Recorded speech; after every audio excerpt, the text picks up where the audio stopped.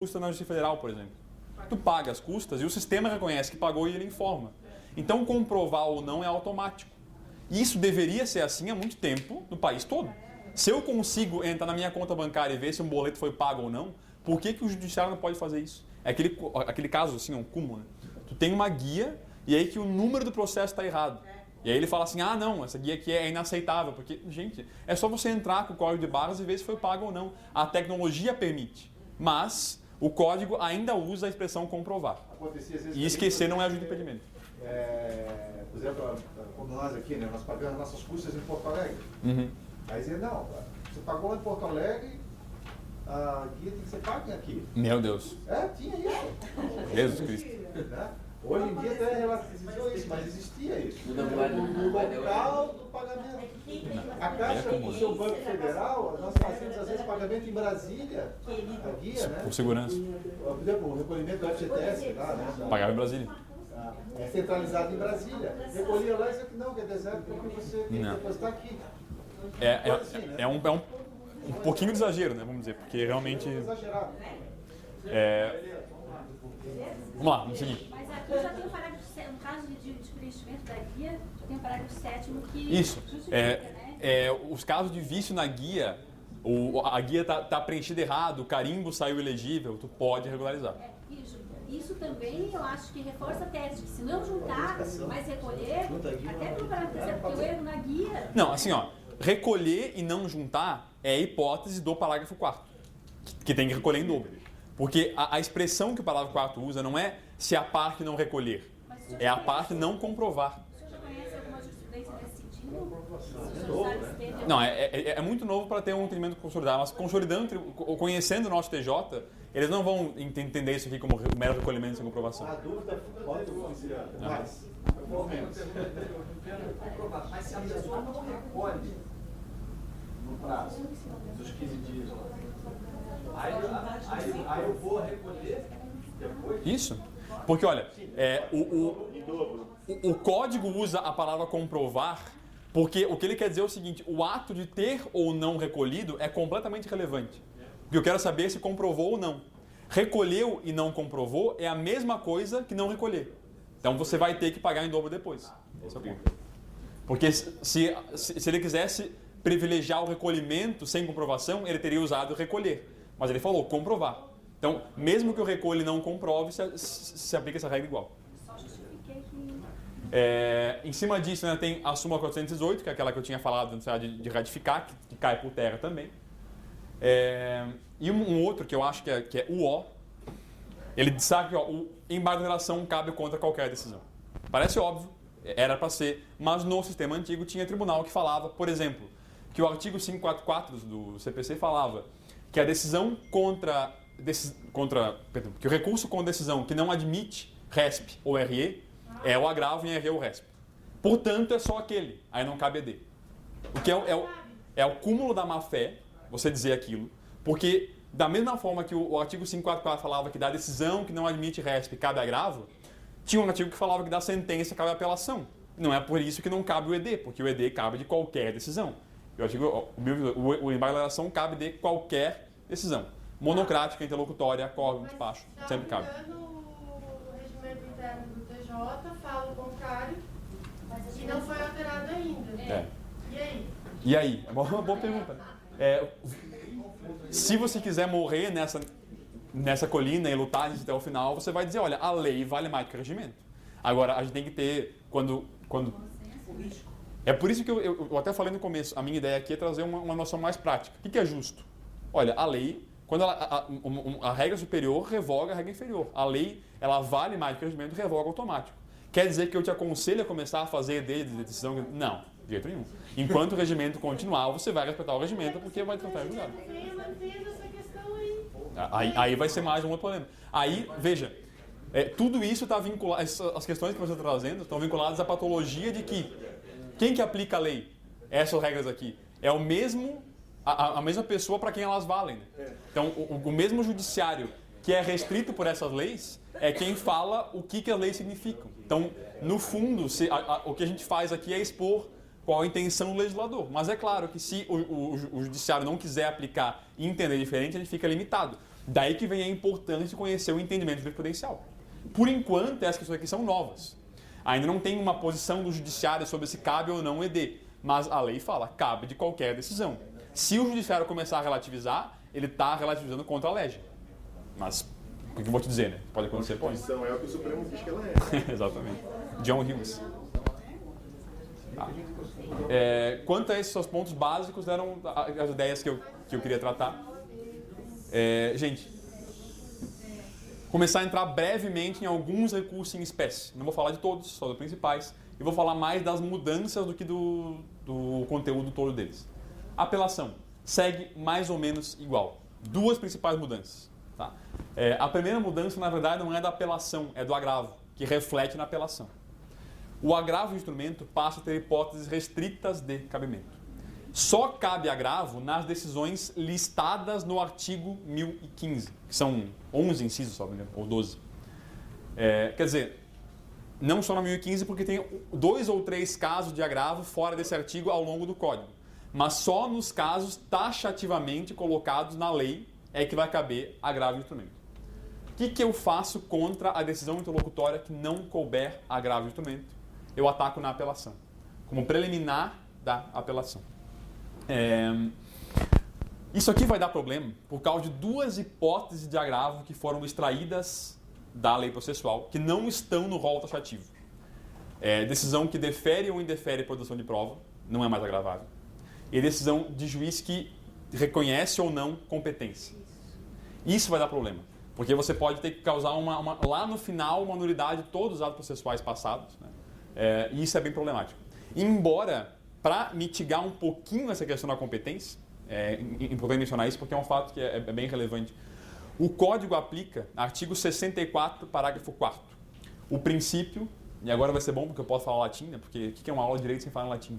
Da traslatio iudice, que é a ideia de que os atos praticados por juízo incompetente, mesmo que absoluto, são aproveitados.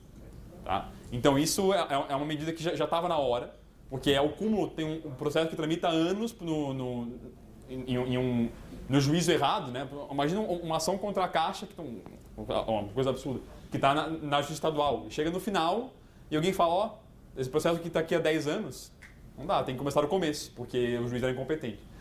Você privilegia os atos. Isso vai causar vai mitigar um pouco o prejuízo dessa questão da incompetência não ser agravável, porque os atos que foram praticados vão poder ser aproveitados, não vai ter que anular tudo desde o começo. Mas o fato é que essas 2 questões que geravam muito agravo, competência e produção de prova, deixam de ser agraváveis. Então, como é que eu faço a minha preliminar de cessamento de defesa porque o juiz não me deixou produzir prova pericial? Na apelação. Eu vou atacar aquela questão que veio de uma decisão interlocutória como preliminar da apelação. Eu vou dizer, olha, juiz, antes de você analisar o mérito do meu recurso, eu quero que você anule tudo, porque a minha defesa foi cerceada, eu quero voltar lá e produzir aquela prova. Porque se eu pudesse ter feito a perícia que eu pedi e o juiz indeferiu, a situação teria sido bem diferente. Então passa a ser preliminar de apelação. É mais ou menos como era o regime do antigo agravo retido. Só que agora você não tem mais que fazer o agravo retido. Você alega na própria apelação. Embora isso tenha uma pequena discussãozinha que eu vou tratar quando eu falar de agravo. Vamos lá. E como é que eu faço se eu venci? Pedi uma prova, o juiz me indeferiu a prova, mas no final julgou a meu favor. Aí que está a primeira grande diferença. Oi? Não, mas eu quero falar, porque vai que o tribunal reforma. Ele entende que o réu tem razão, mas ele só entende porque eu não tive a chance de produzir aquela prova. Então, se o réu tiver razão, ele fala onde? Aí eu falo onde? Nas contrarrazões. Nasce a figura do recurso nas contrarrazões. Eu posso, sem ter que fazer uma apelação autônoma para alegar só uma questão que é interlocutória, nasce a possibilidade de eu, quando for responder o recurso da outra parte, inserir um capítulo, que é, vamos bem entre aspas, uma espécie de convenção recursal, em que eu vou atacar a decisão só em relação a essa questão que ficou no caminho, essa questão interlocutória. Qual seria o recurso adesivo? Não, é uma espécie de recurso condicionado. Porque se o recorrente desiste do principal, morre também as minhas contrarrazões. Mas ele não é adesivo porque eu não estou atacando o mérito da decisão. Eu concordo com a decisão. Mas eu falo ao tribunal, antes de você apreciar o mérito do recurso da outra parte, se você for dar provimento ao recurso, eu preciso que você aprecie a minha questão preliminar. É a mecânica do agravo retido. É mais ou menos isso, exatamente. Você... Mas nesse caso, se por acaso houver um recurso adesivo, por exemplo, honorários, eu só vou recorrer dos honorários se a parte realmente submeter aquela questão certo. ao tribunal. Uhum. Aí, em sede de recurso adesivo, eu poderia colocar essa questão das provas que não foi deferido, mas não foi favorável. Você poderia, tá? Mas eu acho que, tecnicamente, se essa questão se refere ao mérito da decisão e o recurso principal ataca ao mérito, seria mais adequado, tecnicamente, você colocar nas contrarrazões e deixar o mérito do adesivo ser o mérito do adesivo. Mas tanto o recurso das contrarrazões quanto o adesivo são espécie de recurso condicionado. Então, a regra de que o autor desiste do recurso, morre o adesivo, também vale para esse recurso das contrarrazões. Até porque a questão é prejudicial. Eu concordo com a decisão. Eu só quero que a questão que eu levantei seja analisada se o tribunal for dar provimento ao mérito do recurso da outra parte. Olha, você vai dar provimento? Tudo bem, mas tu só vai poder analisar o mérito se você me deixar produzir aquela prova que eu não pude produzir. Porque até agora eu ganhei sem aquela prova. Mas daí o tribunal fala, não, você não vai ganhar a ação, mas então me deixa fazer aquela prova. Então, me deixa ter acesso a todas as provas que eu tenho o direito de ter. Aí vai ser o caso da nulidade da sentença, para baixar Isso. os autos? Você vai baixar os autos para produzir a prova em primeiro grau. Eu falo de produção de prova porque a gente hoje tem duas grandes hipóteses de agravo. Tá? Os casos que mais dão agravo de instrumento. Hoje não, né? No Código Velho. Liminar e produção de prova. Eram os dois grandes casos. Então, essa regra aqui vai valer majoritariamente contra decisões que indeferem a produção de prova, porque a liminar está no rol do 1015. Então, ela é agravável, mas a produção de prova não. Então, a grande maioria dessas questões preliminares em apelação e contrarrazões vão, na prática, se referir a cessamento de defesa por indeferimento de produção probatória. Você tem que ter em mente. Esse recurso em sede de contrarrazões, como é que ficaria na prática?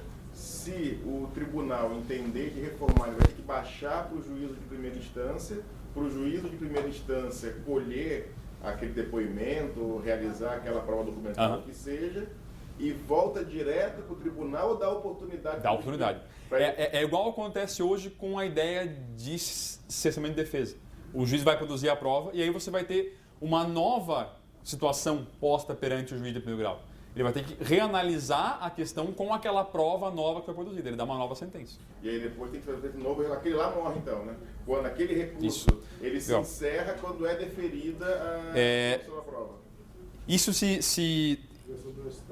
guarda relação com a teoria da causa madura. Tá? Deixa eu te pegar aqui certinho. Isso, que era o... Como é que era? 515. 513? Não era? Alguma coisa assim, era 500 e pouquinho. Isso. 515, né? Perfeito, isso aí, 515. Ele fala que está no 1013, salvo engano. Flávio.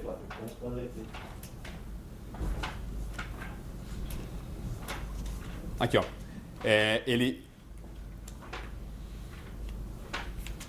O parágrafo 4 fala da decadência e pressão. Aqui, ó.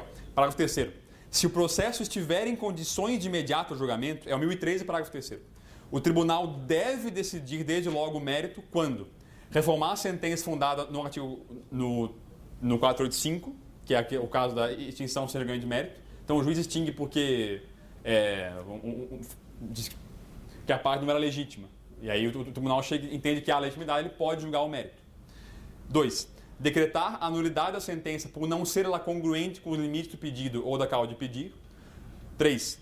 Constatar a omissão no exame de um dos pedidos, hipótese em que poderá julgá-lo. Ou 4. Decretar a nulidade de sentença por falta de fundamentação. Todas essas hipóteses aqui se referem a questões de forma. Né? O juiz não analisou o mérito por uma questão formal, não tem por que fazer voltar para que o juiz julgue o conteúdo se o processo está maduro para julgamento.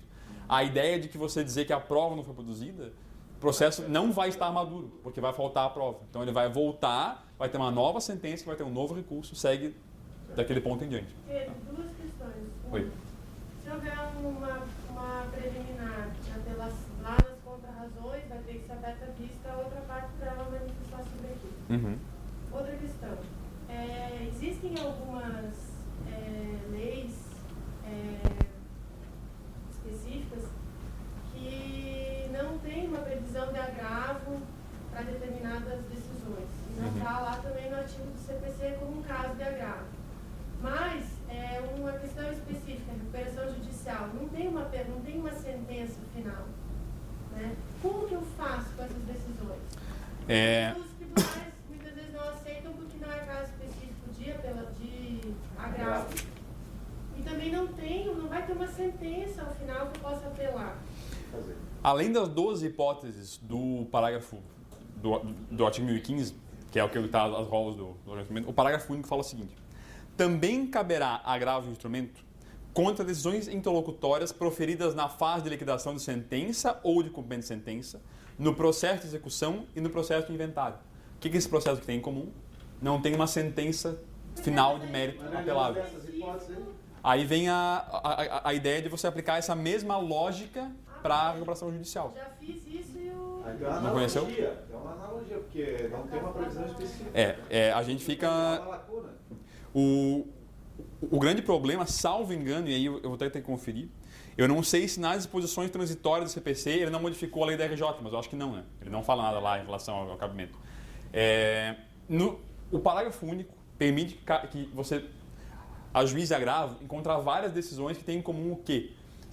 Não terminam com sentenças de mérito em fase de conhecimento. Permite o agravo em qualquer caso. Liquidação, cumprimento de sentença, execução. Que a sentença é só extintiva pelo pagamento, mas ela não analisa mérito. Né? É a mesma lógica da RJ.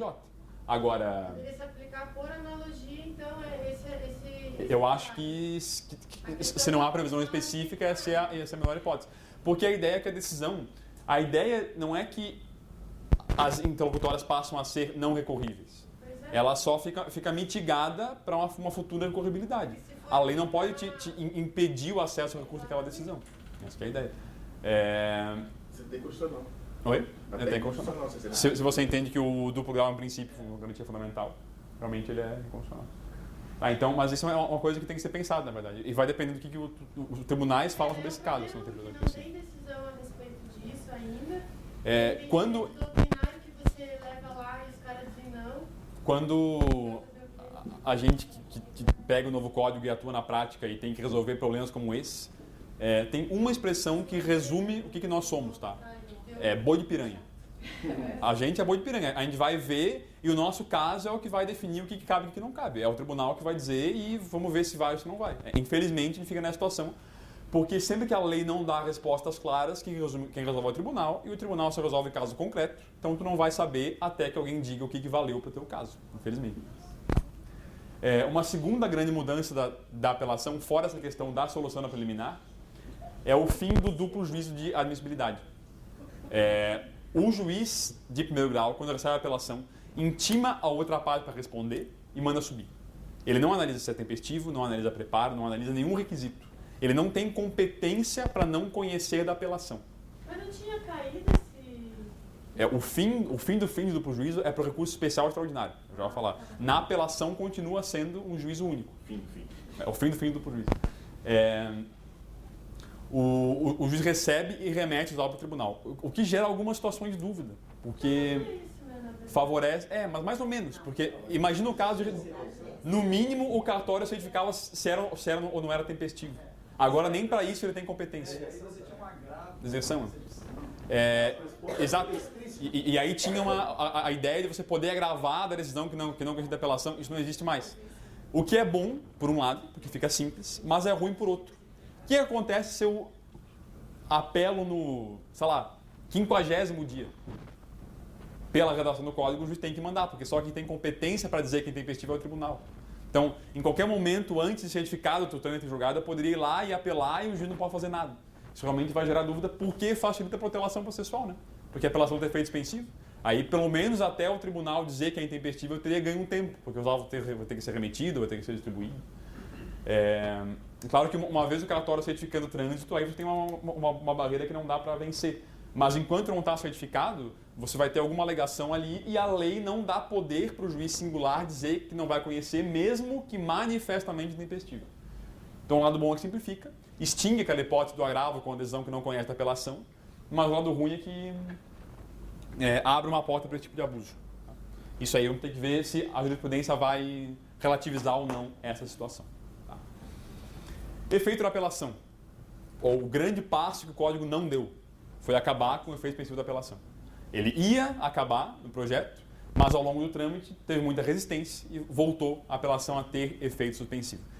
E dizer que a apelação tem efeito suspensivo é uma falácia. Na verdade, é a sentença que não tem capacidade de ser executada de imediato.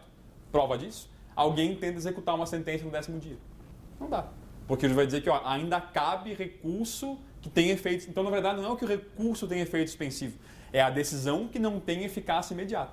Porque o recurso ele não interrompe nada. Ele só prolonga um estado de ineficácia que já existe. Que a decisão só vai passar a ter efeito no 15º dia, salvo se tiver recurso, caso que vai ser ampliada essa ineficácia da decisão. Bom, e naquelas hipóteses ali do artigo 1012, que fala que a apelação excepcionalmente não terá efeito suspensivo. Como é que eu faço para pedir? Eu tenho que ter cautelar? Eu acho que daquelas hipóteses ali, que para vocês é mais relevante no dia a dia, vai ser a decisão que confirma a tutela provisória. Então, o juiz ou mesmo que só dá a tutela provisória na sentença, que com o objetivo de que a apelação não tenha efeito suspensivo. Como é que eu faço para obter efeito suspensivo uma apelação nesse caso? No Código Velho eu tinha que entrar com um processo cautelar, autônomo, né, com o objetivo de demonstrar ali que... Não, mas antigamente até o mandado de segurança é isso, né? Isso, tinha todo problema. Então, essas questões foram resolvidas, o Código tem disposição expressa. Não é mandado de segurança, não é processo cautelar, que não existe mais. É uma petição simples, que eu atravesso direto no tribunal. Então, eu não faço nem no juízo singular. Por quê? Porque o juiz singular não tem competência para fazer a admissibilidade. Atravesso direto no tribunal e a questão vai ser, eu endereço ou para o presidente do tribunal genérico, se ainda não foi distribuído. Se já foi, eu encaminho direto para o relator. E para conseguir o efeito suspensivo, os requisitos vão ser aqueles mesmos da tutela provisória. Eu tenho que demonstrar que eu tenho risco de dano e probabilidade do direito. Então, isso simplifica bastante. Pelo que o Carlos estava falando, isso gera problema em seguinte sentido. Tem alguns sistemas, PJE, que ainda não se adequaram a o novo formato. Né? Por exemplo, o EPROC, na semana seguinte, eles já tinham ali a possibilidade de uma manifestação chamada pedido de efeito suspensivo à apelação. Então, eu tive um caso no escritório, que era uma ação civil pública, que, via de regra, ela não tem efeito suspensivo. Eu fiz o protocolo da apelação, no mesmo dia atravessei um pedido de efeito suspensivo da apelação no tribunal. E o relator que apreciou o pedido foi prevendo para julgar a apelação. Simples assim. Se já tivesse distribuído, eu ia atravessar o pedido direto para o relator. Mas se você já fez a apelação, você não poderia fazer isso na apelação? Não, porque o juízo singular, quer dizer, pode, mas aí vai ser apreciado só quando chegar a apelação. Ah, entendi. Você entendeu Porque eu isso, ela não subiu ainda. Exato. Porque o que eu quero que aconteça é evidente que eu posso inserir um pedido na apelação, mas ele vai ser apreciado só quando alguém for ler a apelação. O que eu quero é a celeridade, que ele vai ser apreciado antes. Então, o código permite que eu faça por simples petição. Foi um avanço, é verdade. Agora, um grande problema que o código gerou foi a questão do julgamento parcial do mérito em relação ao efeito suspensivo da apelação. Por quê? O que é o julgamento parcial do mérito? O código agora permite expressamente que o juiz, se tu tem um pedido A, B e C, e ele entende que um deles está maduro, que ele resolva só o A e siga o processo em relação ao B e o C. Vai ser uma sentença de cognição exauriente, não é liminar, porque ele já produziu todas as provas, que vai esgotar aquele pedido, né? Vai apreciar o mérito integralmente, e se não recorrer em 15 dias, aquilo lá transita em julgado e forma coisa julgada material em relação àquele pedido. E o código fala que dessa decisão cabe agravo e instrumento. Então, a decisão parcial de mérito tem natureza de interlocutória e é agravável. Legal. Qual que é o problema disso em relação à apelação? O parágrafo 2º do artigo 356 fala que quando o juiz concede decisão parcial de mérito, a parte poderá liquidar ou executar desde logo a obrigação reconhecida na decisão que julgar parcialmente o mérito, independentemente de caução, ainda que haja recurso contra essa interposto. Isso não faz o menor sentido. Se a decisão de mérito exauriente vem na sentença, cabe apelação, que suspende. Se ela vem numa interlocutória, que vem antes, cabe agravo, que não suspende, e pode executar sem caução. Então você vai ter uma situação absurda em que o juiz, porque resolveu julgar um pedido antes, vai caber uma execução definitiva em relação a um pedido, e não em relação aos demais que vão estar suspensos, porque eles estão atacados por apelação. Sendo que a única diferença foi o momento em que o juiz julgou. Uma decisão é tão de mérito quanto a outra, é tão definitiva quanto a outra, mas elas estão sujeitas a regimes diferentes de julgamento. Perigoso isso aí, né? Perigosíssimo. Esse parágrafo 2º, o que eu acho que aconteceu? Eu até, falando tempo que eu quero fazer isso, sempre esqueço. Na primeira versão do anteprojeto, a apelação não tinha efeito suspensivo. Tinha lá a regra, a apelação não terá efeito suspensivo. Se a apelação não tem efeito suspensivo, isso aqui faz sentido. Porque, obviamente, a decisão parcial de mérito também não vai ter. O que aconteceu? Voltou, durante o trâmite, o efeito suspensivo na apelação e esqueceram disso aqui. E aí ficou no caminho. Estagiário cochilou. Estagiário cochilou. Então, a decisão parcial de mérito pode ser executada de imediato, a decisão final de sentença não pode. Tá? Então, fica essa contradição em relação ao regime das decisões. Essa aqui é aquela regra que veio no lugar dos embargos infringentes. Eu vou ter que dar uma corridinha porque são 10 por dia. Eu falei que os embargos infringentes foram extintos por uma coisa muito pior. Porque se a ideia era reduzir o número de recursos, como é que passa a funcionar agora? Antes eu tinha que ter uma decisão que reformava a sentença de primeiro grau por 2-1. E aí a parte tinha que apresentar os embargos infringentes. Aí sim ia para um outro julgamento. Agora não. Quando o resultado da apelação for não unânime, não importa se reformou ou não a decisão, o julgamento terá prosseguimento de sessão a ser designada, ou seja, eu vou chamar mais 2 desembargadores, na verdade não é 2, é um número suficiente para desempatar, para ter uma sessão estendida de julgamento, que é o que acontecia com os embargos infringentes. Né? Você levava para um grupo que resolvia aquele desempate. Mas agora não tem mais que ter recurso, ou seja, é automático, qualquer decisão não unânime necessariamente vai para essa sessão de julgamento estendido, e não tem que ter reforma da sentença. Qualquer decisão não unânime sempre vai. Ou seja, se a ideia era cortar os infringentes para reduzir o número de julgamentos, pelo contrário, vai ter mais ainda. Porque é em qualquer caso e não tem mais que ter o ato voluntário de recurso. Esse parágrafo ficou terrível, tá? Eu realmente não gosto disso. Um exemplo que ficou terrível é que ninguém sabe do que chamar isso aqui. O nosso TJ, eu até botei entre aspas, está chamando de julgamento estendido. Tem tribunais que chamam de técnica de julgamento. Tem tribunal que chama de julgamento continuado. Ninguém sabe que nome dá para esse troço. E pior, tá? Vamos continuar. Voltando ali para... E é de ofício, né? De ofício. É só o fato de ser minoritário. Voltando ali para o caso do julgamento parcial do mérito. Eu agravo o instrumento. E a decisão é não unânime. Cabe essa técnica aqui ou não cabe? Em que caso? O agravo do instrumento é a decisão que julga parcialmente o mérito. Que é igual a uma apelação. Porque ele contra o mérito. Cabe ou não cabe? Parágrafo 3º. A técnica de julgamento prevista nesse artigo aplica-se igualmente no julgamento não unânime proferido em agravo do instrumento quando houver reforma da decisão que julgar parcialmente o mérito. Me explica isso aqui. Cabe. Mas por que no agravo do instrumento contra a decisão que julga parcialmente o mérito tem que ter reforma e na apelação basta ser não unânime? De forma como é que não faz o menor sentido? Em relação ao agravo, foi mantido o regime velho. Tem que ter 2 votos contra a sentença e 2 votos a favor. Um do direito de primeiro grau e um no minoritário. Na apelação, basta ser não unânime, tanto faz o resultado. Por quê? Errado. É aquela coisa. Eles foram mudando o caput para ser diferente e esqueceram o parágrafo. E aí fica uma regra muito incoerente. Né? Então, em tese, o julgamento parcial do mérito não deveria ter um regime recursal distinto. O agravo deveria ser igual à apelação, porque ele é tão sentença quanto o outro, com a diferença de que ele veio antes. Né? Então ele tem uma natureza de decisão interlocutória porque não acaba o procedimento, mas é tão definitivo quanto. Mas o regime recursal muda todo. Os tribunais não podem chamar sistemicamente essa regra para não estender mais o julgado? Como assim? Não, a questão não unânime ser de 2 a 2. Entendeu? Ter esse quórum, essa diferença de quórum, não simplesmente não unânime. Não, porque a lei fala bem claro que é não unânime. Né? Na prática, sabe o que isso aqui faz acontecer? Só decisões unânimes. Quantidade, a quantidade feita no parágrafo. Assim, sabe o que eu acho que na prática isso aqui vai acontecer? Vai desencorajar o voto vencido. O desembargador vai pensar 2 vezes antes de registrar o voto vencido.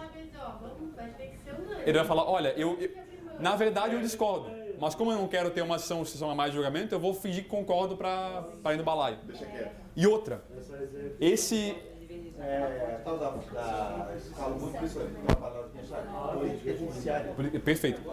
E mais, o artigo 942, gente, ele é um exemplo de lei escrita pelo pessoal do Sudeste, achando que o Brasil inteiro é que nem lá. Por quê? Ele traz como regra geral que o julgamento estendido ocorra na mesma sessão. Por quê? Via de regra, em São Paulo, no Rio, a sessão tem mais de 3 desembargadores, porque eles vão se revezando, né? Então tem 5 ali e eles vão trocando. Quando for não unânime, eles só chamam os outros 2 ao acordo. O que vocês acham? Eles voltam e está resolvido. Nos demais tribunais, que tem só 3 por sessão, tem que marcar uma outra sessão que venham mais desembargadores para julgar isso aqui. E aí toda a ideia de ser célere vai borrar lá abaixo. Tá? Então, existe um problema de política muito grande em relação a isso aqui. Mas na prática hoje, como é que está sendo isso? Aqui, eu sei dizer como é que está o nosso TJ. Eles estão marcando sessões... Você estende para outra data mesmo? Estende. Eles estão marcando, por exemplo, a cada final de mês tem uma sessão para julgar todos que ficaram não unânimes ao longo do tempo. Aí marca uma só para julgar esses casos. Vamos lá. Pessoal, eu vou passar um pouquinho mais rapidinho, porque os pontos principais eu já abordei, eu quero só tratar os recursos que mudaram um pouquinho. Tá? O agravo, como eu falei, passa a ser taxativo. Nos casos que acaba a falta de conhecimento, que não tem sentença de mérito, ele cabe amplamente. Vai levar fatalmente a voltar a ter MS como sucedâneo, porque tem casos que é urgente, que você precisa daquela decisão e você vai entrar com MS, mesmo que possa recorrer depois. Mas a principal dúvida que gera esse novo regime é o seguinte: eu tenho que protestar quando eu perceber a nulidade? Ou eu posso guardar para alegar ela só na apelação? A regra do agravo te leva a crer que não, tu pode guardar. Porque tu fala assim, ó, tu vai recorrer só na apelação. Só que o artigo 278, lá no começo do código, fala o seguinte: a nulidade dos atos deve ser alegada na primeira oportunidade em que couber a parte falar nos autos, sob pena de preclusão. E aí?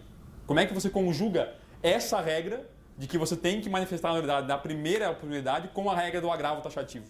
Isso é uma boa dúvida, o código não responde. O que é o mais seguro de fazer? Sempre protestem. Porque me parece que o artigo 278 quer evitar é aquela nulidade que você guarda no teu coraçãozinho para vir alegar daqui 5 anos, para ganhar tempo. Tu percebe a nulidade, não fala nada, guarda para falar na apelação, consegue fazer o processo voltar lá do começo. Me parece que a ideia de 278 é que, para evitar a preclusão, você tem que fazer nem que um breve protesto que fale, ó, juiz, eu vou recorrer disso aqui. É algo parecido com o agravo retivo. O código não fala. A justiça incorporou o protesto da trabalhista. Mais ou menos isso. Veja, não é unânime que isso tenha que ser feito, tá? Porque o código não fala expressamente que tem que protestar. Mas eu recomendo, porque a jurisprudência vai ter que se debruçar sobre isso e ela vai ter que apreciar se precisa ou não. Por enquanto, minha recomendação é protestem, porque senão tem risco de que vá precluir. Tá? Esse é o ponto. Para mim, o agravo tinha que ser raciado. Tudo na base do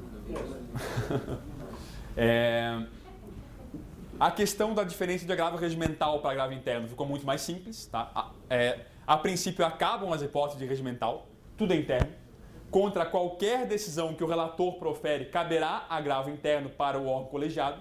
Então, tanto a decisão que analisa liminar ou não, que só faz...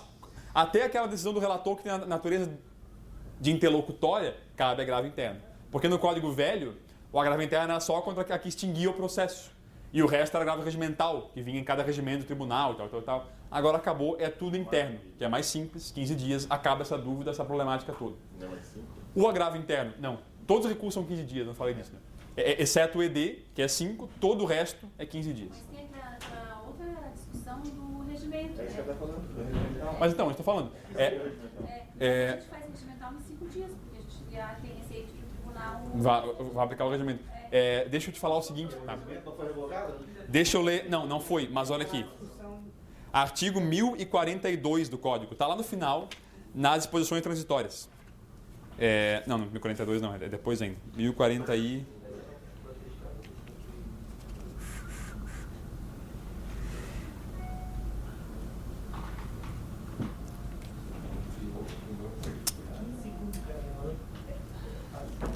Deixa eu me recordar agora. Mas assim, ó, Quem tiver com o código na mão aí pode ir lá no final, tem um artigo específico que fala o seguinte, que todos os agravos previstos em lei ou em regimento passam a ser de 15 dias. Tem um artigo específico. Que fala sobre isso. Deixa eu achar qual que é agora. Mas a gente fica com medo. Não, tem que ficar mesmo. Tem que ficar mesmo. Porque o agravo regimental que a gente interpõe é contra a decisão do presidente do TJ. Isso, mas assim, mas ele é para ser agravo interno, tá? Porque tem disposições para todos os agravos com a decisão do relator passam a ser internos, sem distinção. Ele fala pelo relator, né? Isso. No caso desse, ele está Agora contra o sim, né? Daí presidente. fica nessa Ah, tá, situação. bom, claro, Enquanto a parte perfeito. não correu risco, Esse aí não é aí relator, não... você não é presidente. Decisão do vice lá. Mas a decisão do vice que não admite por causa de repetitivo, por exemplo. Cabe agravo interno, fala expresso também. Mas eu já vou falar sobre isso. Esse artigo é o 1070, só para... 1070? Ah, beleza. Vamos saber se essa era a dúvida. Então, o 1070 vai dizer que, perfeito, é de 15 dias o prazo para a interposição de qualquer agravo previsto em lei ou em regimento interno contra a decisão de relator ou outra decisão unipessoal proferida em tribunal. Veja que é amplíssimo, tá? Ele transforma tudo em agravo interno. Agora, se vocês puderem fazer em 5 dias, até que mude os regimentos, faça 5 dias. Porque judiciário é judiciário, não dá para brincar com essas coisas. Esse é o ponto. O agravo interno passa a ter que ser pautado, como qualquer outro recurso, com a intimação do advogado 5 dias antes, não vale mais levar em mesa. Mas cabe sustentação, acho que não cabe. Só quando o agravo interno for contra a decisão que extingue processo de competência originária. Ação rescisória, coisa assim. Aí cabe. Mas o agravo interno que, por exemplo, extingue apelação, não cabe. Essa foi uma das reformas que o lobby do STJ fez ser feita para poder passar o código. Senão não ia passar. Mas você vai ter que estar também em regimento, né? Provavelmente. Não. Instância oral? Não precisa, mas, porque o código fala que cabe. Agora.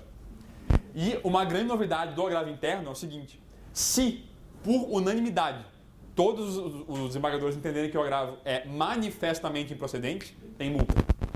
Então, ele privilegia a decisão singular, porque se você fizer o agravo interno e for entendido que ele é manifestamente incabível, você vai ser multado. Não tinha essa disposição anterior. Tinha uma, mas é que essa multa aqui não é por uma litigante má fé. É só pela mera improcedência do agravo. O cara recorrer sabendo que não tem... Eles não têm que dizer que é protelatório, só que é incabível. O fato de ser improcedente já implica multa, mesmo que não haja intento protelatório. Essa multa pode se somar também à multa da má fé. Então você pode, assim, ó, além de incabível, ele é protelatório, vai ter 2 multas. Ela não se confunde, são coisas autônomas. Claro. Opa. Então, se fizer agravo interno... 1021, parágrafo 4.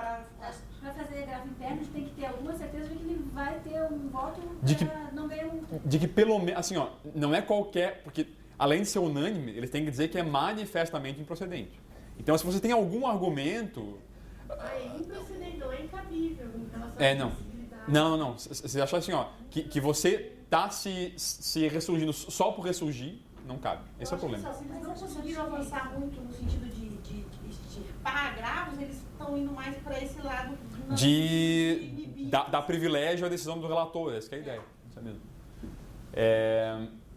Tem uma novidade, e aqui eu tinha falado ali daquela súmula 418 que foi revogada e veio uma nova que confirmou o código.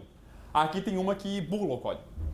O artigo 557A do antigo código falava que o relator podia julgar monocraticamente quando tivesse súmula ou jurisprudência dominante. E o que quer dizer a expressão jurisprudência dominante? É aquela coisa, né? É vaga, são 5 acordos, 10, 15, 20, 1, tu não sabe. Mas o que é majoritário? Era vago, né? Porque às vezes ele pegava ali, olha, a jurisprudência dominante da casa é a seguinte, colo uma ementa. É um julgado, vai ver, é o único, né? Então não é dominante, não tem como saber. Então, o artigo 932, quando fala do poder do relator, ele torna mais objetivo.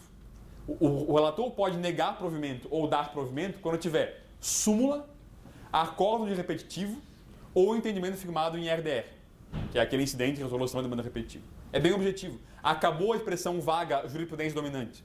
Tem que ser simulado, tem que ter repetitivo e cabe ED. Pois é, esses dias eu me deparei com uma situação dessa, não fiz o ED porque achei que não, que é uma inovação eu não conhecia. Depois que eu fui ver, putz, ele pegou bem isso, ele pegou uns acordos lá, mas não... Mas aí que vem o problema.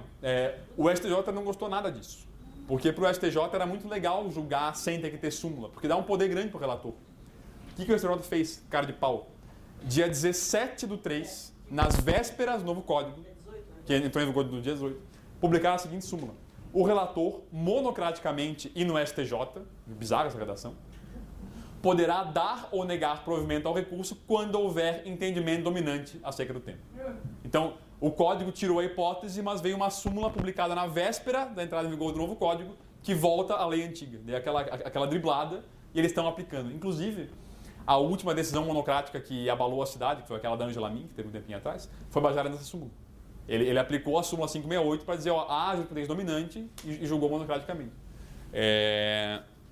Isso é bem interessante, porque eles pegaram um código velho, na época que essa súmula foi escrita, ela era favorável à lei, né? Porque tinha uma lei em que ela se embasava. Daí a lei foi embora e ficou a súmula. E aí eles aplicam a súmula ainda sem ter base legal. É um cúmulo.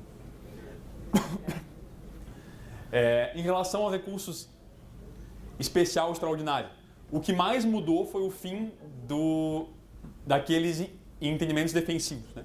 Então, o pré-questionamento. O acórdão não menciona algum dispositivo de lei que você quer atacar.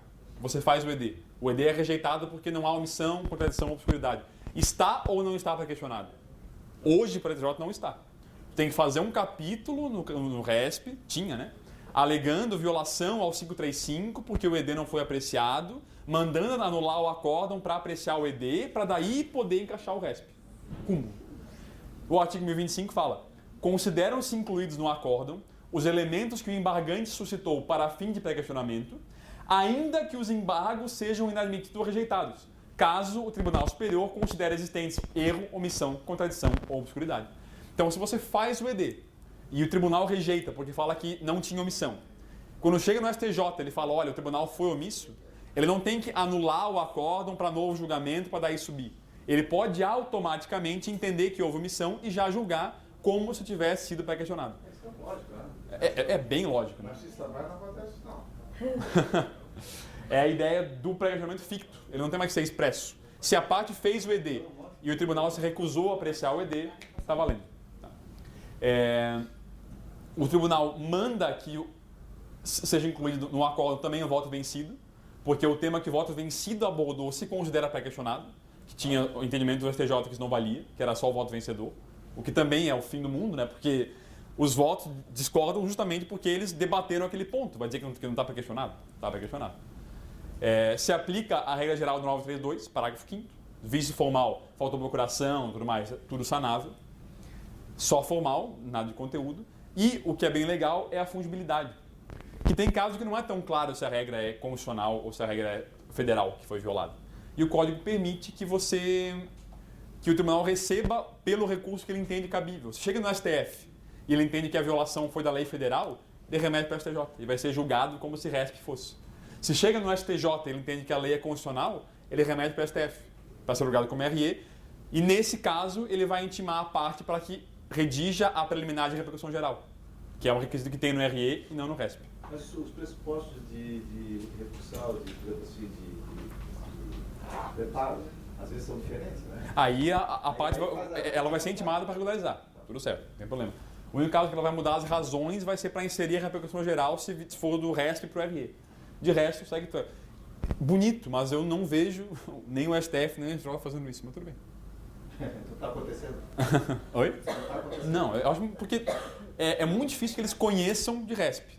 Quanto mais vê que, não, na real, isso aqui é um RE, eu vou mandar, ele vai negar provimento. Volta ali um pouquinho, por favor. O próximo ponto que eu vou abordar é a ideia do duplo juízo de admissibilidade. O RESP vai ser conhecido aqui embaixo ou não vai? A grande ideia do novo código, quando veio, era que sim, acabou. Tu vai fazer e vai subir direto para o STJ e para o STF. Isso voltou com essa lei que teve agora no começo do ano. Posso passar? Por isso que eu até brinquei. A lei 13256 é o fim do duplo juízo, né? Porque ele tinha acabado, agora ele não vai mais acabar, voltou a ser como era antes. Mudou tudo para ficar como sempre era. E ele, na verdade, ele aumenta os poderes do relator. Tá? Por quê? E aqui a gente tem que entender o seguinte.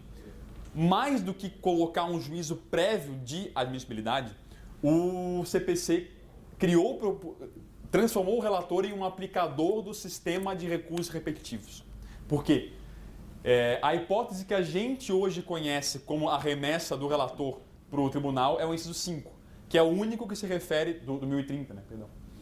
Fala assim, incumbe ao relator realizar o juízo de admissibilidade e, se positivo, remeter o feito ao STF ou STJ, desde que... E aí, veja, o que a linha A faz? O recurso ainda não tenha sido submetido ao regime de repercussão geral ou julgamento de repetitivos. Os poderes do relator, como nós, hoje, os conhecíamos até o Código Velho, vão se aplicar só nos casos em que não haja incidência de regime de recurso repetitivo. Quando o relator não conhece recurso por qualquer motivo que não seja a incidência de um repetitivo, vai ser como é hoje. Cabe ao ARESP e vai subir direto para o tribunal. Mas ele modifica o poder do relator, que se transforma num tampão para impedir que recurso que já foi julgado como repetitivo suba para o STJ. Se deu tanta força para o repetitivo hoje em dia que a ideia do sistema de recursos repetitivos é que o STJ e o STF, depois de firmar uma tese em repetitivo, não querem ver aquilo lá nunca mais. Nem vestido de, sei lá, de palhaço. Nunca mais na vida. Negado o segmento ao recurso especial ou extraordinário, com base em tese firmada em caso repetitivo, não cabe a RE nem a RESP. Cabe agravo interno. Vai ser o próprio tribunal recorrido que vai analisar se sobe ou não. Da decisão de inadmissibilidade proferida com fundamento no inciso 5, caberá agravo ao Tribunal Superior, caso do ARE ou do ARESP. E da decisão proferida com fundamento no incisos 1 e 3, que são os casos de repetitivo, caberá agravo interno, nos termos do artigo 1021. Ou seja, e era regimental, passa a ser o interno. Mas passa a ser o próprio tribunal que vai analisar a questão do repetitivo, porque o STJ não quer ver nem pintado. Quando que vai subir? Só se nesse agravo interno ficar demonstrado que há distinção, que o caso não é bem aquela tese do repetitivo. Aí sobe. Fora isso, não sobe. Morre no próprio tribunal recorrido, não vai nem chegar até o STJ. Vai subir como? Mas isso é bom, né? Oi? Só se a decisão colegiada do tribunal recorrido entender que o caso é diferente. Aí ele admite o RESP e manda subir. Senão, não. Eles fazem um outro. Não. Se o agravo interno for provido, sobe direto. O grande problema que isso gera, isso aqui é um exemplo de cabimento de recurso segundo um eventum litis. Quer dizer o seguinte, dependendo do que a decisão falar, cabe um recurso ou outro. O problema é quando tiver mais de um argumento. Aí tem a tese A, B e C, a tese A, a repetitiva, e a B e C não. E ele não conhece nenhuma. Ele fala, por exemplo, da A não conhece porque ela é repetitiva, e da B e C porque não está questionado. E aí, como é que eu faço? Eu tenho uma decisão da qual cabe 2 recursos. O que eu faço? Não sei. Boa pergunta. O código não dá resposta e ele não enfrenta essa questão. O que eu já fiz, em um caso parecido, que deu certo? Fiz os 2 ao mesmo tempo. Fiz o interno e o ARESP. O interno foi apreciado antes e o ARESP ficou suspenso até que se apreciasse o interno. Fiz os 2 porque eu queria evitar a preclusão. Ele ia falar que eu deixei de impugnar aquele capítulo, a decisão, na primeira chance que eu tive, que foi quando publicou. Então, eu fiz o agravo interno de um lado, o ARESP do outro, julgou o interno primeiro, porque ele é a competência do nosso TJ, passado o interno, subiu para julgar o ARE e a RESP lá em cima. É o que eu recomendo fazer, porque eu acho que é mais seguro. Porque senão, o que vai acontecer? Eles vão julgar o interno, que você fez antes, acabou, plenamente julgado. Ponto final. Não cabe mais a RE nem a RESP. Então, logicamente, quando uma decisão desafia recurso especial extraordinário... Você faz os 2 também. Então, é mais ou menos a mesma lógica. Eu acho que, nesse ponto, é o mais prudente de se fazer. Embora o código não falhe, é o que tem que ser feito. Efeito suspensivo de recurso especial extraordinário. Isso aqui sempre eu acho que é um pontinho que é importante, porque são recursos que não têm efeito suspensivo. E às vezes é importante que tenham, né? Porque às vezes vem aquela adesão do teu tribunal que muda tudo e você precisa de um tempinho para respirar, pelo menos. Não tem mais a cautelar. Como é que eu faço? Tal qual na apelação, petição simples. Quais são os requisitos? Os mesmos da tutela provisória. Probabilidade do direito, risco de dano. O que complica um pouquinho é a competência. E complica por quê? Porque o código botou fora de ordem, por algum motivo. Ele botou a hipótese que acontece primeiro por último. E aí tu começa a confundir. Mas na verdade é o seguinte, eu tenho 3 momentos. Depois que eu interponho o recurso, até que ele vá ser admitido, na origem, a jurisdição está com quem? Está com o TJ.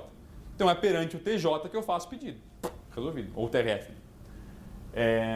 Depois que publicou a decisão que admitiu, de quem que é a jurisdição, já é do STJ. Para quem que eu endereço? Para o tribunal, porque ele não tem relator lá em cima ainda, genérico. Depois que ele subir e for distribuído, eu encaminho para o relator. É tudo lógico. Tem que pensar assim, qual que é o órgão que exerce jurisdição em cima desse caso nesse momento? Se ainda não foi admitido, é o tribunal. Se já foi, é o... Nesse caso, o tribunal de quem não é o Tribunal Superior? É o ad quem? O ad quem é para qual se direciona o... Não, é o ACO, né? Perdão. É o tribunal de baixo. ACO é o de baixo, sim. Isso. O ad quem não seria o Tribunal Superior? Sim. Não, tá errado, é verdade. O texto tá errado. É ao tribunal ACO, enquanto está embaixo, perdão. Você faz ao TJ ou ao TRF enquanto ainda não foi admitido. Depois que ele vai admitido, passa a ser o TJ. Aí a pergunta só tem relator ou não tem relator? Leva para o tribunal ou para o... Mas aqui de fato era para ser a ACO, quem está copiando, corrige. Mas a ideia básica aqui é de analisar de quem que é a competência, mas é uma simplificação. Não tem que ter de novo aquele processo cautelar separado. Um simples petição já resolve. Em relação à questão do efeito suspensivo, tem uma peculiaridade nova no código que às vezes passa meio despercebida. A execução provisória no novo código, mesmo que é possível só nos casos em que o recurso não tem efeito suspensivo, que é o caso do ARE e do ARESP, por exemplo, ou então da apelação naqueles casos excepcionais, depende de caução. Então, mesmo que tenha recurso sem efeito suspensivo, eu só posso levantar o valor executado se eu oferecer caução, exceto na pendência de ARE e ARESP.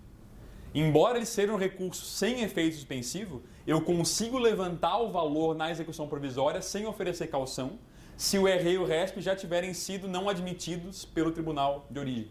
Mesmo que eu faça o agravo em ARE ou o agravo em RESP, eu passo a conseguir levantar sem caução. No atual sistema, a gente fala atual porque está com a cabeça do velho, no sistema velho, o ARE e o ARESP não tinham diferença do ARE e do RESP para fins de execução provisória. Você igual tinha que oferecer caução para levantar. Agora não.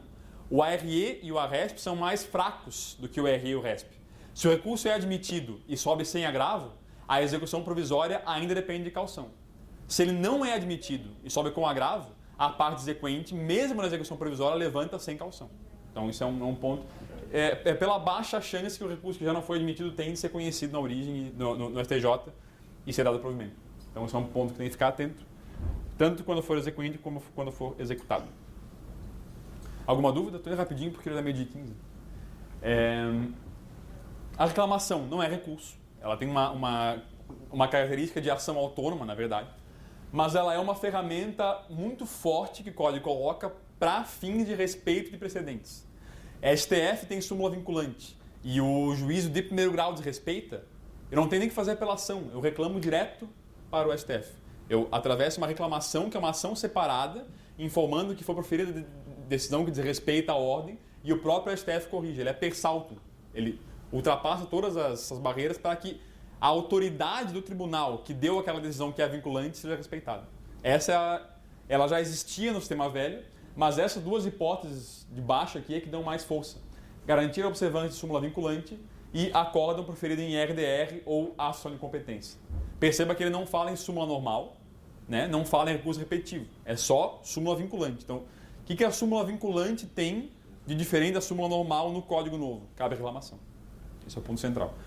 Mas a reclamação ela é bem importante para lidar com aquele juiz rebelde, né? Que sabe que tem a tese, mas mesmo assim não quer aplicar. Tá aí. Tá, mas aí vai caber o recurso normal ou essa aí é da decisão final? Não. O único requisito é que a reclamação não pode ser interposta contra a decisão que já transitou em julgado. Tá? Então você tem que, se veio a decisão, você tem que recorrer e reclamar. Se você não recorre, ela vai transitar. Mas assim, isso mudou também, tá? Porque o Código Velho levava a crer que depois que transitava, morria a reclamação. O Código Velho só fala, não cabe contra a decisão que já transitou. Mas não fala nada sobre se transitar enquanto não for julgada a reclamação. Leva a crer que mesmo que transite enquanto julga a reclamação, você pode reformar a decisão. O que aconteceu no Código Velho? Tu tinha que ficar fazendo ED embaixo.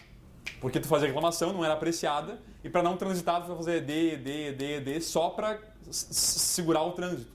Agora ele fala, mesmo que transite, o importante é que quando você reclamou, não tenha transitado. Se tu entrar depois, não tem problema. Claro. Quando a decisão final, daí faz uns 15 dias, quando é uma decisão... Se tu... não tiver intenção de apelar da sentença, por exemplo, é só reclamar nos 15 dias. Ela não vai ter transitado e cabe a reclamação e pode reformar. Tá. Uhum. Bom, gente, e esse aqui, agora, que se relaciona, mas não é vinculado estritamente ao sistema recursal, é o sistema de julgamento de casos repetitivos. Esse aqui talvez é a aposta do código para lidar com o excesso de demandas. Tá? São duas ferramentas em especial. Está lá no artigo 928. Considera-se sistema de julgamento de casos repetitivos o incidente de resolução de demandas repetitivas e os recursos especial e extraordinário repetitivos. As duas ferramentas são muito próximas. Tá? Elas servem para lidar com um número grande de causas e para criar um precedente vinculante. Isso que é importante. Elas lidam, tem um universo de 1000 causas. Como é que funciona basicamente os dois institutos? Você sobresta todas elas, suspende tudo, seleciona algumas que representam a controvérsia, julga aquelas e aplica a tese para todos. Isso, se a gente fosse fazer bem resumidamente, é o rito tanto do IRDR quanto dos recursos repetitivos, especial e extraordinário. E eles servem tanto para resolver as causas que estão sobrestadas, como qualquer causa semelhante que apareça no futuro. Você aplica a tese para os processos que ficaram sobrestados e ela passa a ter força vinculante de precedente para casos que venham a aparecer depois disso. Então esses são os pontos que a gente tem que ter em mente. É tanto uma técnica de lidar com casos repetitivos, quanto de criar um precedente vinculante que impeça que aquela questão vá ser repetida no futuro.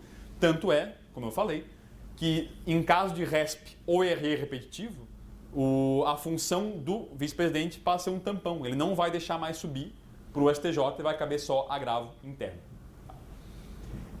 Antes de julgar um IRDR ou um RE repetitivo, o juiz tem que isolar qual que é a questão repetitiva. Então, eu tenho que delimitar bem claramente. O que nós queremos resolver aqui é o seguinte problema. E é isso que vai ser debatido. O código cria várias ferramentas para divulgar esse julgamento, para chamar terceiros interessados, chamar entidades que tenham interesse nessa tese que vai ser formada, para garantir que a decisão seja a melhor decisão possível. Né? Então, é uma tentativa de formação qualificada do precedente, justamente porque se você está dizendo que essa tese vai ser definitiva e depois definida não tem mais choro, então é evidente que ela tem que ser a melhor construída possível. E essa é a intenção do código. Criar ferramentas que garantam que através do amplo diálogo a decisão do recurso repetitivo, da causa repetitiva, seja a melhor decisão possível. Certo? A diferença do IRDR e dos recursos repetitivos é só de nível. O RE e o RESP acontecem no STF, no STJ e tem nível nacional. E o IRDR acontece nos tribunais locais, ou TRFs, ou TRTs, né? Com o objetivo de resolver aquela questão de lei em todo o território de abrangência daquele tribunal. O principal problema do IRDR é o seguinte: quando ele se refere a conflitos de lei federal, como é que acontece se São Paulo resolve um IRDR diferente do Rio Grande do Sul? A lei federal passa a ter soluções diferentes, embora vinculantes, em estados diferentes. Qual a solução que o código dá? Se presume a repercussão geral. Então, você vai conseguir sempre encaixar o RE daquela decisão e o RE e RESP interposto contra a decisão em IRDR vai ser julgado pela ferramenta do recurso repetitivo. Então, o IRDR sempre gera um recurso repetitivo que vai ser aplicado em todo o território nacional. Claro que isso gera um grande problema, que vai ser raro por causa do grande número de interessados, mas é o caso que o pessoal come mosca, né? Ninguém recorre do IRDR. E aí fica São Paulo diferente do Rio de Janeiro. Como é que fica? Qual tese que vale? O que parece que vai valer as duas, porque o código não soluciona esse problema. Mas a tendência é que o IRDR resolva primeiro em nível regional, se interpõe um RE, que vai ser repetitivo, e resolve em nível nacional, podendo inclusive reformar aquele IRDR. Tá? Essa é a Então, se a ideia sentença básica. decidir contrário ao IRDR, haveria, no caso, a apelação para o tribunal aplicaria o IRDR, e se houver divergência com o tribunal de outro estado, aí seria o recurso especial repetitivo. É essa que seria o sistema? Não. Eu falo o seguinte, o RESP repetitivo é aquele que é interposto contra a decisão do IRDR. Sim. Então assim, mas não a decisão que aplicou a tese firmada em outro caso. Entendeu? A decisão que resolveu o IRDR. Porque, como que ele funciona? Tem que ter uma multiplicação efetiva de casos. Não basta o risco, tem que ter múltiplos casos. Tem que ter um deles já no tribunal. Tá? Aí o tribunal avoca esse caso e fixa a tese. Da decisão que fixar a tese, cabe RE e RESP. Esse RE e RESP vai ser julgado na forma do repetitivo. Agora, uma vez que se transitar isso aqui, aí é problemático. No caso concreto, não pode ser aplicado e aí o RESP é feito... Não, porque o RESP... Porque aquele RDR vai ter transitado e aquela tese está fixada no tribunal. Qual que é o único jeito de mudar isso? Se for depois firmado um outro IRDR para revisar aquela tese. Porque a tese não transita em julgado, mas ela prevalece até que haja o overruling, que é a superação da tese em favor de outra. Então, o tribunal fixa a tese e ela vai valer, e se depois tiver um IR repetitivo em outro sentido, contrário, vai ter que ter um outro IRDR para mudar aquela tese fixada. Quer dizer, esse é o meu palpite, né? Pode ser que os regimentos prevenham uma coisa diferente. Por exemplo, sobrevindo RE repetitivo em sentido contrário da tese do IRDR, há a revogação automática, mas não é o que o código fala. Ele não dá solução para isso. É um problema que vai surgir na vida real conforme as coisas forem acontecendo. Nesse caso, aí, se houver esses IRDR regionais, um aqui em São Paulo, um em Santa Catarina, um deles não recorreu, São Paulo não recorreu. Certo. Por exemplo, aí transita e fica a tese. São Paulo recorreu, nosso que não recorreu, transitou julgado aqui. Certo. Não. Mas dessa decisão de São Paulo que recorreu a nacional, ela vai prevalecer sobre essa de Santa Catarina? Pois é, mas é que tu vê que a lógica, a tese está fixada. As competências são diferentes, né? E também tem outro problema. E se os dois transitarem? É claro que tu fica muito... E se tu gera mil problemas, né? Mas que são questões que são problemáticas, são. Mas o fato é que a gente vai ter que aprender a lidar com o IRDR. No fim, ele nem vai ser tão útil assim, tá? Porque a grande maioria das questões no Brasil são de lei federal. E, gente, quem é que vai esquecer de fazer RESP no IRDR? A grande maioria vai ter, porque é um caso muito importante, que tem muitas pessoas envolvidas. Então, algum recurso vai ter. O IRDR vai acabar valendo para questões de direito local. Isso sim. Porque isso o STJ nem pode analisar no recurso dele. Então, o IRDR vai se firmar com uma palavra final sobre questão de direito local. Que a gente sabe que é basicamente questão de servidor público, né, no Brasil. E alguns tributos estaduais. De resto, vai tudo ser resolvido na sede do regime do recurso repetitivo. Os recursos especiais repetitivos funcionam de uma forma mais ou menos parecida, com a diferença de que não é o tribunal que avoca, é o próprio relator do tribunal de origem que reconhece a repetitividade e remete a controvérsia. E o resto ele funciona basicamente igual. Você tem dois momentos separados, tá? Que é o momento de julgar o caso e o de fixar a tese. Porque o julgamento do repetitivo ele é voltado à fixação de uma tese jurídica em abstrato que depois vai ser aplicada para os casos subsequentes. Então veja, eles partem do caso concreto, tá? Mas a tese acaba se soltando do caso e sendo uma tese em abstrata. Você não vai aplicar o precedente, você aplica a tese. Eu meio que discordo disso, mas é como o nosso sistema funciona. Ele separa a tese do caso e você aplica só a tese aos casos futuros. Então há dois julgamentos. O julgamento da tese e o da aplicação da tese ao caso. E depois a todos os casos iguais que estão sobrestados e aos casos futuros. Tá? Isso aqui é a grande sacada do código. Tá? Como que ele faz, qual que é a aposta do código? Fala assim, olha, a gente quer decisão bem fundamentada, que aprecie mérito, mas tem muito volume. É o seguinte, a grande maioria dos casos vão ser julgados por repetitivo. Os que não forem, têm que ser analisados extensamente pelo juiz. Então, eu quero qualidade em tudo que não for quantidade. Esse é o ponto. E eu acho que na grande maioria das ações de grandes empresas, de grandes bancos que trabalham com massa, vai ser por aqui que vai se resolver.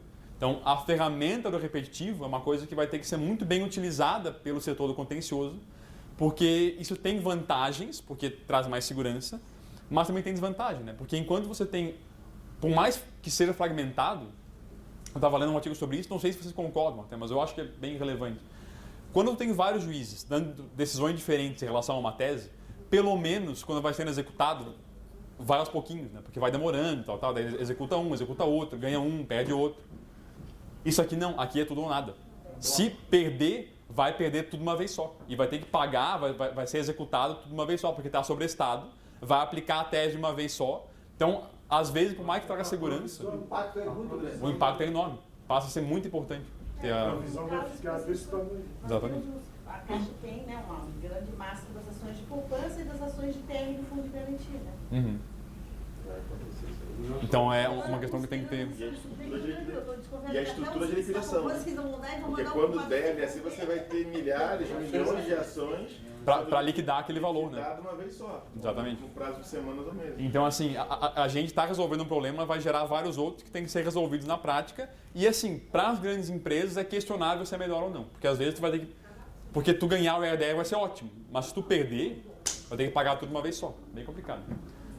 Um último pontinho para diferenciar. Repercussão geral e recurso extraordinário repetitivo. É igual? Não é igual. Todo RE tem que ter repercussão geral. Mas nem todo RE é repetitivo. Geralmente, o critério da repercussão geral, que é aquele jurídico, social, político, acaba implicando repetitividade. Mas tem casos que o tribunal pode enxergar a repetitividade, ou que o tribunal pode enxergar a repercussão geral e julgar sem julgar pelo regime do repetitivo. É importante ter em mente essa distinção, porque a gente costuma tratar como sinônimo, não são. Mas o STF ele vem tratando, ele sempre que ele reconhece a repercussão geral, ele fala que é repetitivo. Mas tem casos que não são. Não é muito o que vocês vão trabalhar aqui, na maioria vai ser repetitivo e com repercussão geral. Por exemplo, chegou lá recentemente aquele caso, inclusive foi aqui o Cesus que fez a petição, do uso do banheiro pela pessoa que não tem nem o gênero masculino nem o feminino.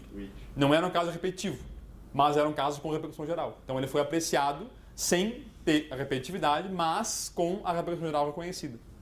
Só que no mais dos casos, todo repetitivo tem que ter repercussão geral. Na prática, qual é a diferença da repercussão geral sem repetitividade? É a ideia de que aquele caso, mesmo que ele não tenha um número grande de casos, ele vai ter um impacto político na sociedade. Então ele pode julgar, é uma coisa mais subjetiva. Esse é o ponto.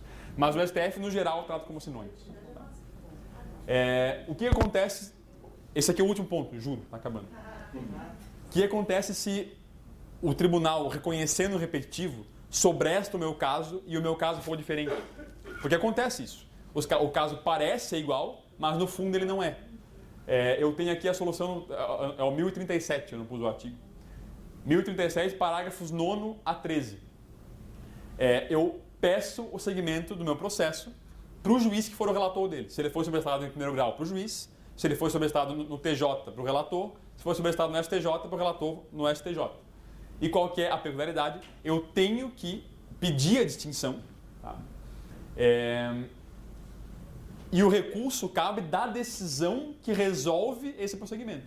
Então, não cabe recurso da decisão que sobresta o caso. Cabe recurso da decisão que aprecia o meu pedido de distinção. Esse é o ponto-chave, é o parágrafo 13. Cabe o agravo de instrumento ou agravo interno, não da decisão que manda sobrestar. Isso é muito importante. Eu tenho que peticionar apontando que há distinção, e aí depois de peticionar, depois que é apreciado o pedido, aí cabe agravo. Isso é importante porque se eu fizer agravo direto, ele não vai ser conhecido. Há prazo para esse peticionamento? Não. Ele sobresta, aí a qualquer momento eu posso peticionar. Okay. Peticionando e apreciado, aí tem o prazo do recurso. Esse é o ponto. Tá. Gente, era basicamente isso. Eu trouxe aqui, só para mostrar a relevância, se sobrasse tempo eu ia passar aqui, mas já esperamos meia hora. Alguns temas de repetitivos que eu acho que podem ser relevantes para quem atua nessa área de direito bancário, só para mostrar como isso realmente... Você deve conhecer a maioria deles, mas para mostrar como isso tem impacto. Né? Por exemplo, esse é um que está resolvido. Quando que o devedor pode ser inscrito em cadastro de proteção ao crédito, em ações de respeito a contrato bancário? Aí esse é mais ou menos a mesma ideia daquele que eu tinha falado antes, 29. Uma pergunta, Diga. Os seus slides podem ser disponibilizados? Com certeza. Eu vou colocando. Isso. O tema 247, que fala sobre se pode ou não a capitalização de juro mensal em contrato bancário.